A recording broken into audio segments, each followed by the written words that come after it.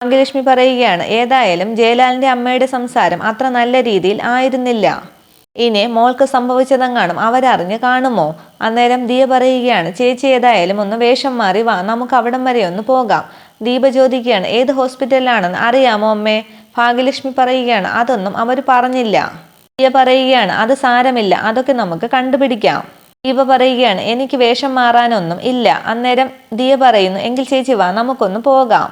അതേസമയം ഹോസ്പിറ്റലിൽ ജയലാലിന്റെ അടുത്തിരുന്ന് രാഗിണി പറയുകയാണ്, മോന് ശത്രുക്കളൊന്നും ഇല്ലല്ലോ. ആദ്യമായിട്ടാണ് നിനക്കിങ്ങനെ ഒരു തല്ല് കിട്ടുന്നത്. ഗുണ്ടകളുടെ കയ്യിൽ നിന്നും. നിനക്കെതിരെ ആരാണ് മോനെ കൊട്ടേഷൻ കൊടുത്തത്? ഒന്നും അറിയില്ലമ്മേന്ന് ജയലാൽ പറയുമ്പോൾ രാഗിണി പറയുകയാണ്, എന്നാൽ എനിക്കറിയാം. ഈ കല്യാണം ആലോചിച്ചതിന് ശേഷമാണ് നിനക്ക് ശത്രുക്കൾ ഉണ്ടായിരിക്കുന്നത്. ഇപ്പോ ഇതിന്റെ പഴി അവരുടെ തലയിൽ വെച്ച് കെട്ടല്ലേ അമ്മേ? ദേഷ്യപ്പെട്ട് രാഗിണി പറയുകയാണ്, കെട്ടാനൊന്നുമില്ല. ഞാൻ അവളെ വിളിച്ച് പറഞ്ഞിട്ടുണ്ട്. ആ ഭാഗ്യത്തെ, അവളുടെ മോളെ കല്യാണം ആലോചിച്ചതിന് ശേഷമാണ് നിനക്ക് ഈ ഗ്രഹപ്പിഴ ഉണ്ടായതെന്ന്. ജയലാൽ ചോദിക്കുകയാണ്, എന്തിനാ അങ്ങനെയൊക്കെ പറയാൻ പോയത്? അന്നേരം രാഗിണി ചോദിക്കുകയാണ്, പറഞ്ഞതുകൊണ്ട് എന്താ കുഴപ്പം? കാര്യവും അടക്കി പിടിക്കാൻ പാടില്ല. മനസ്സിനുള്ളിൽ തോന്നുന്നത് തുറന്നു തന്നെ പറയണം. ജയലാൽ പറയുകയാണ്, അവരെന്ത് കരുതി കാണുമോ എന്തോ? അവരെന്ത് കരുതിയാലും നിനക്കെന്താടാ? ഈ വാർത്ത എന്തായാലും അമ്മ ഇപ്പോൾ മോളോട് പറഞ്ഞു കാണും. അങ്ങനെയാണെങ്കിൽ അവര് പാഞ്ഞെത്തേണ്ടതല്ലേ? എന്നിട്ട് എത്തിയോ ഈ സമയം വരെ? നിന്നെ ഒന്ന് വിളിക്കുകയെങ്കിലും ചെയ്തോ? ഇതൊക്കെയോ ശനിപ്പിഴകളുള്ള പെൺകുട്ടിയാണ് മോനെ അവൻ. അങ്ങനെ ഒരു തീയെ നിന്റെ ജീവിതത്തിലേക്ക് വിളിച്ചു കൊണ്ടുവന്നാൽ നിനക്ക് നാശമല്ലാതെ വേറൊന്നും ഉണ്ടാകില്ല. കാര്യങ്ങളുടെ സത്യാവസ്ഥ അറിയാതെ ആരെയും പഴിക്കരുതമ്മേ. നീ എന്തോന്നറിയാനാണ്? അവള് സസ്പെൻഷനിലാണ്. ആ ഭാഗ്യം.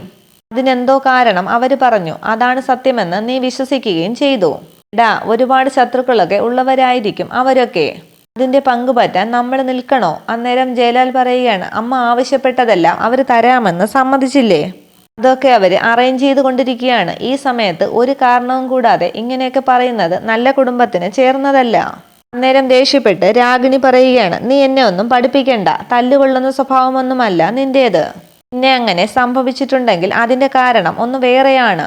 നിന്റെ കല്യാണം ഉറപ്പിച്ചതിന് ശേഷമാണ് ഇത് സംഭവിച്ചതെങ്കിൽ ഈ തല്ലിന് അവരും കാരണമാണ്. നേരം ഡോറിലാരോ ബെല്ലടിക്കുകയാണ്. രാഗിണി പറയുകയാണ്, ദേ ബെല്ലടിച്ചു, സത്യം. ഡോർ തുറക്കുമ്പോൾ ദിയയും കണ്ട് രാഗിണി പറയുകയാണ്, ദേ മോനെ, ബെല്ലടിച്ചത് അവള് തന്നെയാണ്. കേറി വാ എന്ന് പറയുകയാണ് രാഗിണി. ജയലാലിന്റെ അവസ്ഥ കണ്ട് ആകെ സങ്കടപ്പെടുകയാണ് ദീപ. ദിയ ചോദിക്കുകയാണ്, എന്താ ലാലേട്ടാ പറ്റിയത്?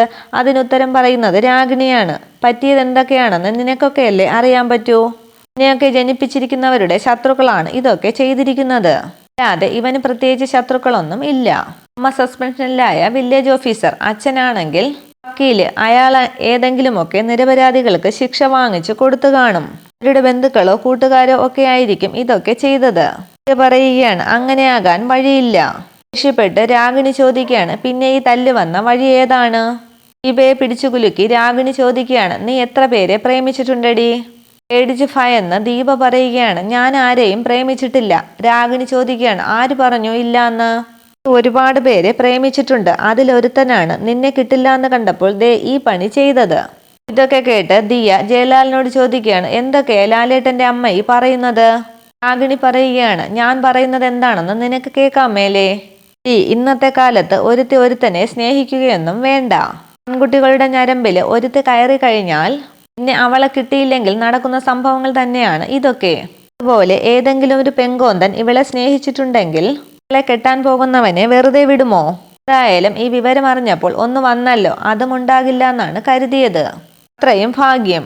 ഇതൊക്കെ കേട്ട് ജയലാൽ ചോദിക്കുകയാണ്, അമ്മയൊന്ന് നിർത്തുമോ? ദേഷ്യപ്പെട്ട് രാഗിണി പറയുകയാണ്, എന്നോട് നിർത്താൻ പറയാൻ നീ ആരാടാ? വേണ്ടത് മുഖത്ത് നോക്കി പറഞ്ഞാണ് എന്റെ ശീലം. ഭാഗ്യം തൊട്ട് തീണ്ടിയിട്ടില്ലാത്തവളാണ് ഇവളുമാരൊക്കെ. എങ്കിൽ തന്നെ ഈ കല്യാണം ആലോചിച്ചപ്പോൾ തന്നെ ഇങ്ങനെയൊക്കെ സംഭവിക്കുമോ? അന്നേരം ദീപയോട് പറയുകയാണ്, ചേച്ചി ഇവിടെ ഇരിക്കും, ഞാനൊന്ന് പോയിട്ട് വരാം. ഇത് കേട്ട് രാഗിണി പറയുന്നു, ചേച്ചിയെ ഇവിടെ ഇരുത്തണമെന്നില്ല, പോകുമ്പോൾ കൂടെ കൊണ്ടുപോയ്ക്കോ. അത് കേട്ട് അമ്മയെന്ന് വിളിക്കുകയാണ് ജയലാൽ. രാഗിണി പറയുകയാണ്, ഇളയവൾക്കാണ് നാവുള്ളത്, പക്ഷെ ഇവൾക്കത് ഇല്ല. എന്നാൽ കേട്ടോ, സംസാരിക്കാത്തവരെയാണ് ഏറ്റവും കൂടുതൽ സൂക്ഷിക്കേണ്ടത്. ഭയത്തോടുകൂടി ദീപ രാഗിണിയെ നോക്കുമ്പോൾ രാഗിണി പറയുകയാണ്, ഇവളിപ്പോൾ മനസ്സിൽ എന്നെ വിളിക്കുന്ന ചില വാക്കുകളൊക്കെ ഉണ്ട്. അതൊക്കെ ചുരണ്ടി പുറത്തിടാൻ കഴിഞ്ഞാലേ നമ്മുടെ കണ്ണ് തള്ളിപ്പോകും.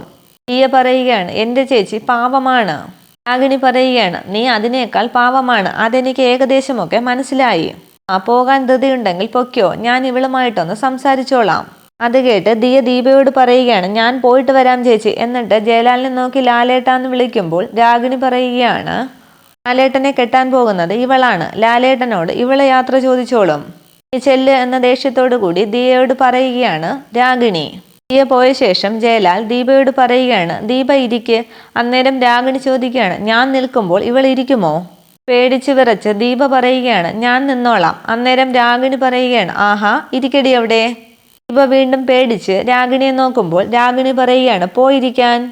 അന്നേരം ജയലാലിന്റെ അടുത്തേക്ക് പോയിരിക്കുകയാണ് ദീപ. അതിനുശേഷം രാഗിണി പറയുകയാണ്, എൻ്റെ സ്വഭാവം ഇതാണ്. അതുമായി പൊരുത്തപ്പെടാൻ പറ്റുമെങ്കിൽ മാത്രം നീ ഈ കല്യാണത്തിന് സമ്മതിച്ചാൽ മതി. കെട്ടുന്നതിനേക്കാൾ മുൻപ് ഈ പാട്. ഇനി കെട്ടിക്കഴിഞ്ഞാൽ ഇവനെ മണ്ണിട്ട് മൂടുന്നത് ഞാൻ കാണേണ്ടി വരുമോ? ജീവിച്ചിരിക്കുമ്പോൾ തന്നെ നീ അതിനുള്ള ഭാഗ്യം എനിക്ക് ഉണ്ടാക്കി തരുമോ? ഇതൊക്കെ കേട്ട് വളരെ വിഷമിച്ചിരിക്കുകയാണ് ദീപ. ദീപ ഇരുന്ന് കരയുമ്പോൾ രാഗിണി പറയുകയാണ്, ഈ ലോകത്ത് കള്ളികളായ പെൺകുട്ടികളുടെ ഏറ്റവും വലിയ ശക്തിയാണ് ഈ കണ്ണീര്.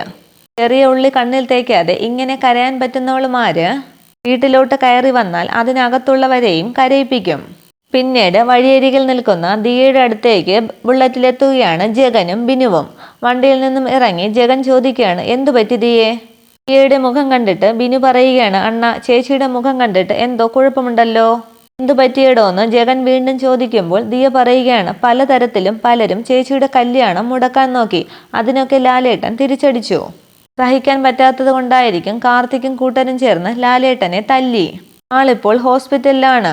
ഇത് കേട്ട് ദേഷ്യത്തോടു കൂടി ബിനു പറയുകയാണ്, അണ്ണ, അവന്റെ കുടലും പണ്ടവുമൊക്കെ എടുത്ത് പുറത്തിടണം. ദിയ പറയുകയാണ്, കാലക്കേട് പിടിച്ച പെൺകുട്ടിയാണ് എൻ്റെ ചേച്ചിയെന്നൊക്കെ അവര് ചോദിച്ചുകൊണ്ടിരിക്കുകയാണ്. ജഗൻ പറയുകയാണ്, പരോളിലിറങ്ങിയവൻ പരിക്കോടുകൂടി തിരിച്ചു പോകുമെന്നാണ് തോന്നുന്നത്.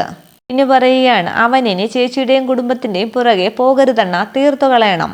ഇത് കേട്ട് ദിയ പറയുകയാണ്, അയ്യോ, കൊല്ലാനൊന്നും പോണ്ട, ഒന്ന് താക്കീത് ചെയ്താൽ മതി. ഈ കല്യാണം നടക്കുന്നത് വരെ എനിക്കും അമ്മയ്ക്കും ചേച്ചിക്കുമൊക്കെ ഒരു സമാധാനവും ഇല്ല ചേട്ടാ. ജഗൻ പറയുകയാണ്, താൻ ധൈര്യമായിട്ടിരിക്കുകയെ, ഈ കല്യാണം നമ്മൾ നടത്തും. ഇനിയിപ്പോ ജയലാലിന്റെ അമ്മ എതിർത്താലും ശരി, ജയലാൽ തന്റെ ദീപ ചേച്ചിയുടെ കഴുത്തിൽ താലി കെട്ടിയിരിക്കും. ബിനു പറയുകയാണ്, അതെ, അണ്ണനൊരു വാക്ക് പറഞ്ഞാലേ അതൊന്നിൽ 10 പിന്നെ എത്ര കല്യാണങ്ങൾ നമ്മൾ നടത്തിയിരിക്കുന്നു. ജഗൻ പറയുകയാണ്, കൂടിച്ചേരാൻ വേണ്ടി സഹായം തേടി വരുന്നവരാണെങ്കിൽ അവരെ ഒന്നിപ്പിച്ചിരിക്കും. അതിൽ നിന്ന് പിന്നെ ഞങ്ങൾ പിന്നോട്ട് പോകാറില്ല. ഇവിടെ പിന്നെ ദിയയുടെ ചേച്ചിയുടെ കാര്യമായതുകൊണ്ട് ഞങ്ങൾ ജീവിച്ചിരിക്കുകയാണെങ്കിൽ ജയലാൽ കെട്ടിക്കൊടുത്ത താലിയുമായിട്ട് തൻ്റെ ചേച്ചി തൻ്റെ മുന്നിലേക്ക് വരുന്നത് തനിക്ക് കാണാം. ഇനിയിപ്പോൾ ഞങ്ങൾക്കതൊരു വാശിയാണ്. ബിനു ചോദിക്കുകയാണ്, അല്ല, തല്ലൊക്കെ കൊണ്ടതുകൊണ്ട് ഇനി ആ ലാലണ്ണൻ കാലുമാറിയാലോ? അത് കേട്ട് ജഗൻ ദിയയോട് ചോദിക്കുകയാണ്, അങ്ങനെ മാറുമോ? ദിയ പറയുകയാണ്, ഈ കല്യാണം നടക്കുന്നത് കൊണ്ട് നഷ്ടങ്ങൾ മാത്രമാണ് ബാക്കിയെങ്കിൽ ലാലേട്ടൻ ചിലപ്പോൾ മറിച്ച് ചിന്തിച്ചെന്ന് വരും. ജഗൻ പറയുകയാണ്, അയാള് മറിച്ച് ചിന്തിച്ചാൽ പിന്നെ നമുക്കൊന്നും ചെയ്യാൻ കഴിയില്ല. ഇനി പറയുകയാണ്, മേല് നൊന്ത സ്ഥിതിക്ക് ഇനി വേണ്ടെന്നെങ്ങാനും വയ്ക്കുമോ എന്നാണ് എൻ്റെ സംശയം. ഇനുവിനെ നോക്കി ദേഷ്യത്തോടു കൂടി ജഗൻ പറയുകയാണ്, നീ കരുനാക്കെടുത്ത് വളയ്ക്കാതിരുന്നാൽ മതി. അതിനുശേഷം ദിയെ ആശ്വസിപ്പിക്കുകയാണ് ജഗൻ. ദിയ, സമാധാനമായിട്ട് ഇരിക്കുക. ഇനി എന്തായാലും സദാനന്ദന്റെയും മോന്റെയും ഭാഗത്തു നിന്ന് ഒരു ആക്രമണവും നിങ്ങൾക്കുണ്ടാകില്ല. ഇനി പറയുകയാണ്, അണ്ണ, അവന്മാരിനെ കൈ പൊക്കിയിട്ട് വേണ്ടേ ആക്രമിക്കാൻ? അന്നേ വീട്ടിനകത്ത് ഒരുത്തൻ വലിഞ്ഞു കയറിയതാണ് ഞണ്ട് സജി. അവനിപ്പോഴേ ആശുപത്രിയിലാണ്. അണ്ണനവനെ കാലിയെ വലിച്ചു വാരി കുത്തി. അണ്ണ, ഈ കാർത്തിക് എന്ന് പറയുന്നവനെ അവനെ കാലിയെ വലിച്ചു വാരി അങ്ങ് കീറാം. പറയുകയാണ്, അയ്യോ, അങ്ങനൊന്നും വേണ്ട, അവനൊന്ന് ഭയന്നാൽ മതി. ജഗൻ പറയുകയാണ്, ഭയപ്പെടുത്തിയിട്ട് എന്തിനാ? ദിയ സമാധാനമായിട്ടിരിക്കുക. അവന്റെ മജ്ജയും മാംസവും എല്ലുമൊക്കെ ചതഞ്ഞരയേണ്ട സമയമായി. അതുകൊണ്ടാണ് അവനിപ്പോൾ പരോളിലിറങ്ങാൻ തോന്നിയത്. വാടാ, പോകാമെന്ന് പറഞ്ഞ് ബിനുവിനെയും കൂട്ടി വണ്ടിയെടുത്ത് പോവുകയാണ് ജഗൻ. പിന്നീട് സദാനന്ദന്റെ വീട്ടിലേക്ക് എത്തുകയാണ് ജഗനും ബിനുവും. അതേസമയം ജനലിന്റെ കർട്ടൻമാക്കി നോക്കുകയാണ് സദാനന്ദൻ. ജഗനെയും ബിനുവിനെയും കണ്ട് പേടിക്കുകയാണ് സദാനന്ദൻ. പേടിച്ച് സദാനന്ദൻ ചന്ദ്രമതിയുടെ അടുത്തേക്ക് ചെന്ന് പറയുകയാണ്, എടി, ഒരു കാട്ടാളനും കൂട്ടുകാരനും വന്നിട്ടുണ്ട്. ആരെന്ന് ചന്ദ്രമതി ചോദിക്കുമ്പോൾ സദാനന്ദൻ പറയുകയാണ്, എടി, എൻ്റെ കൈയും കാലും തല്ലിയൊടിച്ച ഒരുത്തനില്ലേ, അതിന് സദേട്ടൻ അവൻ്റെ മുഖം കണ്ടായിരുന്നോ? മുഖമൊന്ന് കാണണ്ട, തല്ലിയത് അവൻ തന്നെയാണ്. ഞാനിവിടെ ഇല്ലെന്ന് അവനോട് പറയണം. മുറിയിൽ കയറി കഥകടച്ചിരുന്നോളാം. അവൻ്റെ മുന്നിൽ ചെന്ന് പരിങ്ങിയിട്ട് അവൻ എന്നെ അന്വേഷിച്ച് മുറിയിലേക്ക് എങ്ങോട്ടെങ്ങാനും വന്നാൽ എന്നെ കത്തിച്ചു കളയും ഞാൻ. അന്നേരം പേടിച്ച് ചന്ദ്രമതി പറയുകയാണ്, എനിക്ക് ഗുണ്ടകളെയൊക്കെ പേടിയാണ്. എനിക്കാണെങ്കിൽ പേടിയൊന്നുമില്ല, പക്ഷെ ഇവനെ പേടിയാണ്. എനിക്ക് മാത്രമല്ല, നിന്റെ മോനും. അന്നേരം കോളിംഗ് ബെല്ലടിക്കുകയാണ് ജഗൻ. വീണ്ടും പേടിച്ച് സദാനന്ദൻ പറയുകയാണ്, ദേ ബെല്ലടിച്ചു, ഞാനിവിടെ ഇല്ലെന്ന് വേണം പറയാൻ. ചന്ദ്രമതി പറയുകയാണ്, ഇത് വലിയ തലവേദനയായല്ലോ. ഞാൻ പറഞ്ഞതുപോലെ കേട്ടില്ലെങ്കിൽ ഇതിലും വലിയ തലവേദനയായിരിക്കും നിനക്ക്. വീണ്ടും ജഗൻ ബെല്ലടിക്കുമ്പോൾ ഓടി മുറിയിലേക്ക് ഒളിക്കുകയാണ് സദാനന്ദൻ. പേടിച്ച് വാതിൽ തുറക്കുകയാണ് ചന്ദ്രമതി. ആരാന്ന് ചന്ദ്രമതി ചോദിക്കുമ്പോൾ ബിനു പറയുകയാണ്, ഓ അണ്ണനെ അറിയത്തില്ലായിരിക്കും അല്ലേ? ഒരിക്കലിവിടെ വന്നിട്ടുണ്ട് ഞങ്ങൾ, ഓർമ്മയുണ്ടോ? ജഗൻ പറയുകയാണ്, അന്ന് മുഖം കണ്ടില്ലല്ലോടാ, ഹെൽമെറ്റ് ഇട്ടല്ലേ വന്നത്? അതെ, ഭർത്താവും മോനും അകത്തുണ്ടോ? പേടിച്ച് ചന്ദ്രമതി പറയുകയാണ്, ഇല്ല, രണ്ടാളും പുറത്തു പോയിരിക്കുകയാണ്. കളിയാക്കി ബിനു ചോദിക്കുകയാണ്, ഓ ഒറ്റയ്ക്ക് പോയോ അതോ ഒരുമിച്ച് പോയോ? ഒന്നിച്ചു പോയിരിക്കുകയാണ് എന്ന് ചന്ദ്രമതി പറയുമ്പോൾ ജഗൻ ചോദിക്കുകയാണ്, മകനെയും അച്ഛനെയും രക്ഷിക്കാനുള്ള അമ്മയുടെ തന്ത്രമാണോ ഇത്? വിക്കി ചന്ദ്രമതി പറയുകയാണ്, അല്ല, അവരൊന്നും ഈ സമയത്ത് ഇവിടെ കാണാറില്ല. ജഗൻ ചോദിക്കുകയാണ്, ഓ ശരി, എവിടെ ആയിരിക്കും രണ്ടാളും ഇപ്പോൾ? അറിയില്ല, ഒരുപാട് സ്ഥാപനങ്ങളുണ്ടല്ലോ, അവിടെ എവിടെയെങ്കിലും പോയി കാണും. ഒന്ന് ആലോചിച്ചിട്ട് ചന്ദ്രമതി പറയുകയാണ്, രണ്ടാളും കോറിയിൽ പോകുന്നെന്നാണ് പറഞ്ഞത്. ജഗൻ ചോദിക്കുകയാണ്, ഓഹോ, കോറിയിൽ പോയോ? അങ്ങനെയാണെങ്കിൽ അവിടെ മണ്ണിട്ട് മൂടാമല്ലോ. പിന്നെ ഉറപ്പായിട്ടും എന്ന് പറയുകയാണ് ബിനു. ജഗൻ ചോദിക്കുകയാണ്, ഒരു ദിവസം രാത്രി അയാൾക്ക് തല്ല് കിട്ടിയില്ലേ? സദാനന്ദൻ മുതലാളിക്ക് കുറെ നാള് കൂടിയായിരിക്കും മുതലാളിയുടെ കൈയും കാലും തല്ലി ഓടിച്ചത്. അതുപോലെയുള്ള അനുഭവങ്ങൾ ഇനിയും ആവർത്തിക്കാതിരിക്കാൻ അടങ്ങി ഒതുങ്ങി ജീവിക്കാൻ പറയണം മോനോടും അച്ഛനോടും. മാനവും മര്യാദയുമായിട്ട് ജീവിക്കുന്ന ചില കുടുംബങ്ങളുണ്ട്. മറ്റുള്ളവർക്ക് നല്ലത് മാത്രം വരുത്തണേ എന്ന് ആഗ്രഹിക്കുന്ന ചിലര്. അവരെ തെരഞ്ഞു പിടിച്ച് കാർത്തി എന്ന് പറയുന്നവനെ വളർത്തി വഷളാക്കിയ അപ്പനേക്കാളും മോശമായ ചില ആൾക്കാർ ഇവിടെ ഉണ്ടെന്ന് നിങ്ങൾ അവർ വരുമ്പോൾ പറഞ്ഞേക്കണം. അത് അവന്മാർക്കും അറിയാം. പക്ഷേ പറഞ്ഞാൽ പറഞ്ഞതുപോലെ ചെയ്യുന്നവരാണ് ഞങ്ങൾ. ഇനി പറയുകയാണ്, വെട്ടി കണ്ടിച്ച് ഇവിടെ കൊണ്ടിട്ടാൽ രണ്ടിൻ്റെയും മുന്നിലിരുന്ന് കരയാനേ അമ്മച്ചിക്ക് കഴിയത്തുള്ളൂ. ജഗൻ ഒന്ന് ചന്ദ്രമതിയെ നോക്കിയിട്ട് പറയുകയാണ്, നിങ്ങളെ കണ്ടിട്ട് ഒരു പാവമാണെന്ന് തോന്നുന്നു. അല്ലെങ്കിലും ഇതുപോലുള്ള അപ്പനെയും മോൻ്റെയും കൂടെ ജീവിക്കുന്നവര് കുറച്ച് പാവങ്ങളായേ പറ്റൂ. ഇനി ചോദിക്കുകയാണ്, എന്നാലും ഇവര് ഈ രണ്ടെണ്ണത്തിൻ്റെയും ഒപ്പം എങ്ങനെയാണ് പിടിച്ചു നിന്നത്? ജഗൻ പറയുകയാണ്, ദേ അപ്പനെയും മോനെയും സഹിക്കാൻ പറ്റുന്നില്ലെങ്കിൽ എന്നോട് പറഞ്ഞാൽ മതി, രണ്ടിനെയും ഞാൻ കൈകാര്യം ചെയ്തു തരാം. അവരുള്ളപ്പോൾ ഞങ്ങളെ വിളിച്ചാൽ മതി. വീട്ടിനകത്ത് കയറി ചെയ്യേണ്ട പരിപാടികളൊക്കെ ചെയ്തിട്ട് ഞങ്ങളങ്ങ് പൊയ്ക്കോളാം.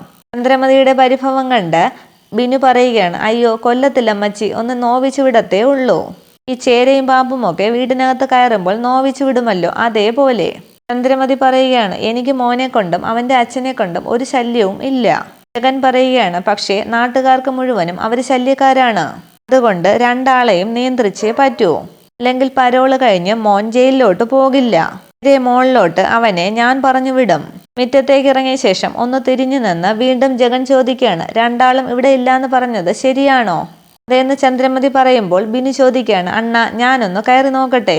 നോക്കാം എന്ന് പറഞ്ഞ് ബിനു മുന്നോട്ട് നോക്കുമ്പോൾ ബിനുവിനെ തടഞ്ഞ് ജഗൻ പറയുകയാണ്, തൽക്കാലം വേണ്ട. അറിഞ്ഞിരിക്കുന്നവര് ഭീരുക്കളാണ്. നട്ടലുള്ള ആണുങ്ങളുടെ മുൻപിലേക്ക് അവര് വരില്ല. ഞങ്ങൾ പറഞ്ഞതുപടി അവരെ അറിയിച്ചോളണം, അവരെ നിയന്ത്രിച്ചോളണം. അല്ലെങ്കിൽ ഇനി വരുമ്പോൾ നിങ്ങൾ പറയുന്നത് കേട്ട് ഞങ്ങൾ തിരിച്ചു പോകില്ല. വീട്ടിനകത്തേക്ക് കയറി അവരെ വലിച്ചിറക്കി അയൽവക്കക്കാരുടെയും നാട്ടുകാരുടെയും മുൻപിലിട്ട് രണ്ടെണ്ണത്തിനെയും തല്ലിച്ചതയ്ക്കും. പറഞ്ഞില്ല എന്ന് വേണ്ട, വാടാ എന്ന് പറഞ്ഞ് വണ്ടി എടുക്കുകയാണ് ജഗൻ. അവർ പോയ ശേഷം കതകടച്ച് കുറ്റിയിടുകയാണ് ചന്ദ്രമതി. പിന്നീട് സദാനന്ദൻ കാർത്തിയെ ഫോൺ ചെയ്യുകയാണ്. സദാനന്ദൻ പറയുകയാണ്, എടാ നീ ഇപ്പോൾ ഇങ്ങോട്ട് വരരുത്. അതെന്താ അച്ഛാന്ന് ചോദിക്കുമ്പോൾ സദാനന്ദൻ പറയുകയാണ്, എടാ നിന്നെ തിരക്കി അവനും അവൻ്റെ കൂട്ടുകാരനും ഇപ്പോൾ ഇവിടെ വന്നിട്ട് പോയതേയുള്ളൂ. ആരാ അച്ഛാന്ന് വീണ്ടും കാർത്തി ചോദിക്കുമ്പോൾ സദാനന്ദൻ പറയുകയാണ്, ആ ബുള്ളറ്റ് ജഗനും അവൻ്റെ കൂട്ടുകാരനും. കാർത്തി പറയുകയാണ്, ഞാൻ അവിടെ എത്താറായി അച്ഛ. എടാ തിരിച്ചു വിട്ടോ, ജീവൻ വേണമെങ്കിൽ തിരിച്ചു വിട്ടോ. ശരിയെന്നും പറഞ്ഞ് ഫോൺ വയ്ക്കുകയാണ് കാർത്തി. ജീവൻ വേണമെങ്കിൽ നീ തിരിച്ചു വിട്ടു വയ്ക്കോ എന്ന് വീണ്ടും വീണ്ടും പറയുകയാണ് സദാനന്ദൻ. പക്ഷെ കാർത്തി വണ്ടി തിരിക്കാൻ ഒരുങ്ങുമ്പോൾ എതിരെ വരികയാണ് ജഗൻ. ജഗനെ കണ്ട് ആകെ പേടിച്ചു നിൽക്കുകയാണ് കാർത്തി. ഇത്രയുമാണ് ഇന്നത്തെ എപ്പിസോഡ് വിശേഷങ്ങൾ. Okay, thank you.